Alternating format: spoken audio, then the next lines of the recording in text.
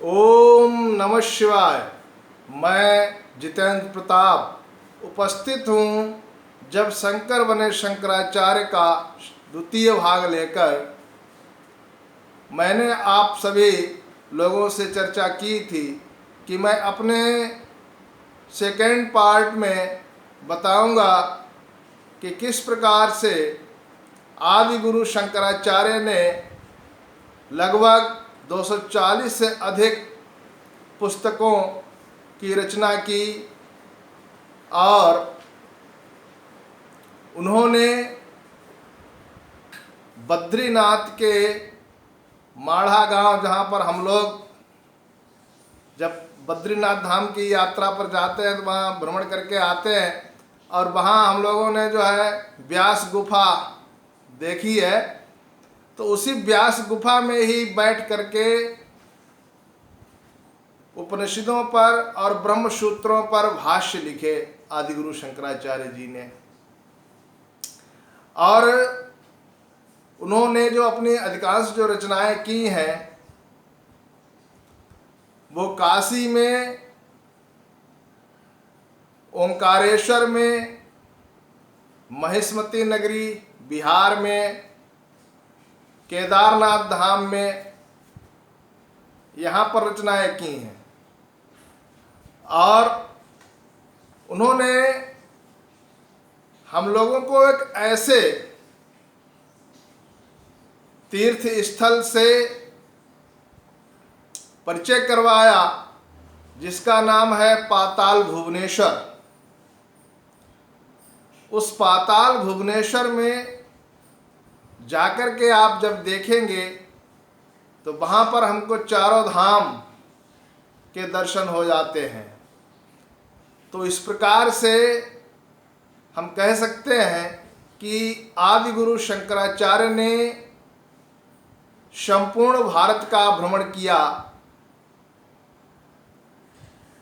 काशी नगरी से जाने के बाद उन्होंने अपने शिष्यों के सहित अयोध्या, मथुरा, जम्मू कश्मीर से लेकर के और द्वारका धाम, गुजरात और जगन्नाथपुरी और कन्याकुमारी, सेतुबंध, रामेश्वरम और केदारनाथ तक, जो कि आज का हमारा भारत है, इस संपूर्ण भारतवर्ष की उन्होंने यात्रा की। और ये यात्रा उनकी पैदल थी। ऐसा नहीं है कि उन्होंने उस समय राजाओं या महाराजाओं से रथ ले लिए हों, घोड़े ले लिए हों और उन पर बैठ करके जो है वो भारत भ्रमण पर निकले हों। ऐसा नहीं है, पदयात्रा उन्होंने की।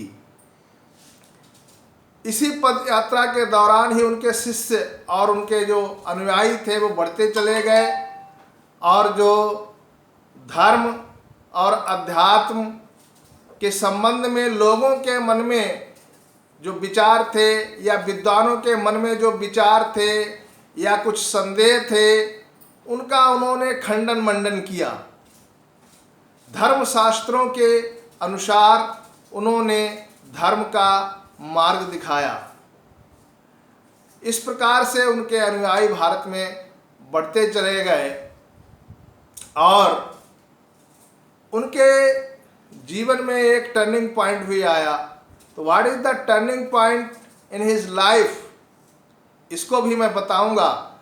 यदि आपको मेरा ये वीडियो अच्छा लगता है तो कृपया भाई आप लोग जो है इसको शेयर अवश्य करें और लाइक करें। मेरे इस चैनल आत्म विभोर को सब्सक्राइब करें, क्योंकि आप लोग सब्सक्राइब करेंगे, लाइक करेंगे तो मेरा मनोबल बढ़ेगा।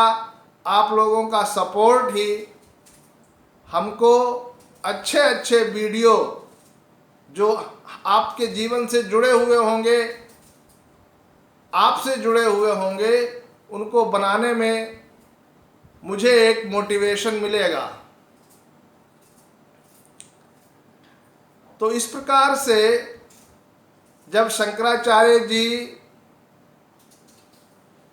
द्वारका धाम और केदारनाथ धाम और श्वेतवंद रामेश्वर और जगन्नाथपुरी, इस प्रकार से चारों धामों की स्थापना कर देते हैं। और आप लोग ये देखिए कि उन्होंने जो चारों मठों का जो निर्माण करवाया, उनके पीठाधीश्वर वे स्वयं नहीं बने, उसके पीठाधीश्वर जगत गुरु उन्होंने अपने शिष्यों को ही बनाया। और उन शिष्यों के लिए यह भी अनिवार्य कर दिया कि वह इन मठों में ही ना रुकें, बल्कि अपने संबंधित क्षेत्र में भ्रमण करते हुए धर्म और अध्यात्म का, ज्ञान का प्रचार प्रसार करते रहे। इस प्रकार से उनसे संबंधित एक विवरण मिलता है कि जब जगत गुरु शंकराचार्य जी मणिकर्णिका घाट पर प्रातः स्नान के लिए जा रहे थे, तो रास्ते में एक डोम अपने 4 श्वानों के साथ उसी रास्ते पर खड़ा हुआ था जिधर से आदि गुरु जी को गंगा स्नान के लिए जाना था। तो उन्होंने देखा कि ये जो है डोम खड़ा हुआ है और ये हमसे यदि स्पर्श हो जाएगा तो हम जो है वो अपवित्र हो जाएंगे। इसलिए उन्होंने दूर से ही कहा कि यहाँ से हट जा, रास्ता मेरे लिए जो है खाली कर दे इसको। तो यहाँ से हट सामने से। तो वह डोम पूछता है कि हे महात्मन, आप किससे हटने के लिए कह रहे हैं, मेरे शरीर से या मेरी आत्मा से? यदि आप मेरे शरीर से कह रहे हैं तो ये नश्वर है, और यदि आप आत्मा से हटने के लिए कह रहे हैं तो ये आत्मा उसी ब्रह्म का अंश है। ये सी बातें सुनकर के शंकराचार्य जी को तुरंत ही ब्रह्म में भेद देखने का एहसास हो गया, जबकि ब्रह्म तो भेद रहित है। उनके ज्ञान चक्षु खुल गए और वह तुरंत उस डोम के चरणों में दंडवत हो जाते हैं और उसको अपना गुरु स्वीकार कर लेते हैं। तो ऐसे हमारे आदि गुरु शंकराचार्य थे, जो जहां से भी ज्ञान प्राप्त हुआ, जिसने भी उनको ज्ञान दिया, उसी को उन्होंने अपना आदर्श मान लिया।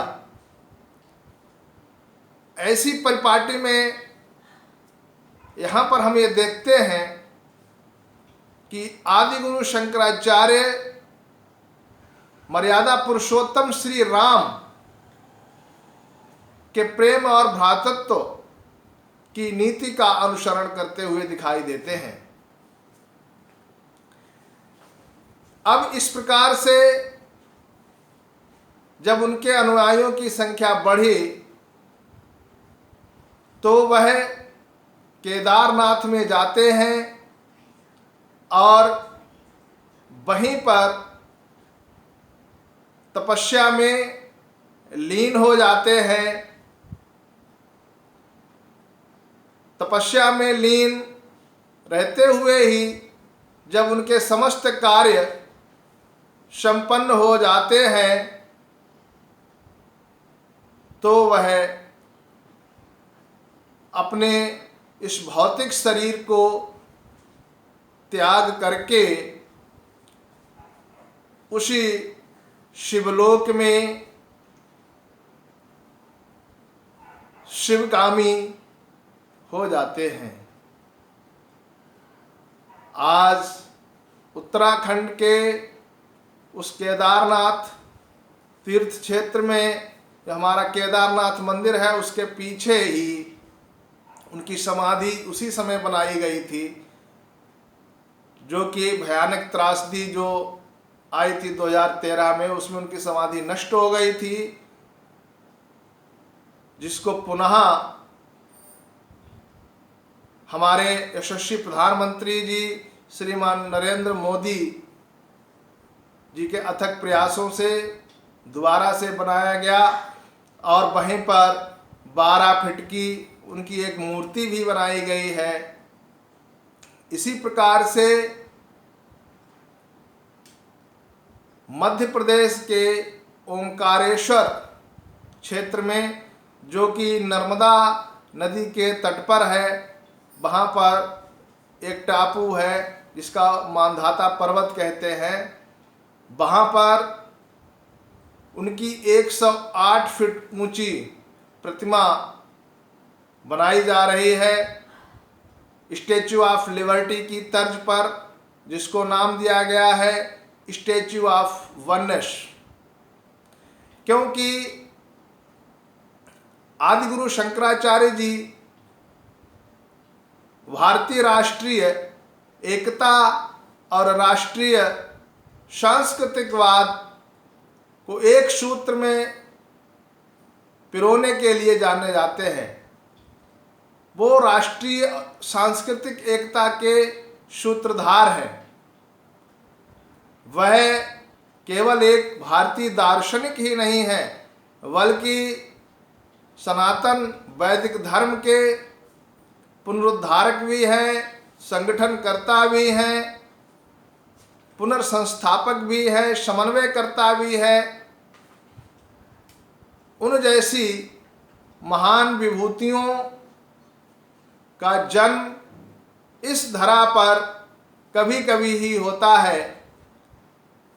मेरा ये प्रयास बहुत छोटा है और मैं कह सकता हूँ कि मैंने सूर्य को दीपक दिखाने का कुत्सित प्रयास किया है, क्योंकि आदि गुरु शंकराचार्य का इतना बड़ा विराट व्यक्तित्व है, जिसको मैं अपने कुछ समय या कुछ शब्दों के द्वारा उसकी व्याख्या, लेकिन उसके उपरांत भी कुछ शब्दों को मैंने अपनी भाषा शैली में रखने का प्रयास किया है।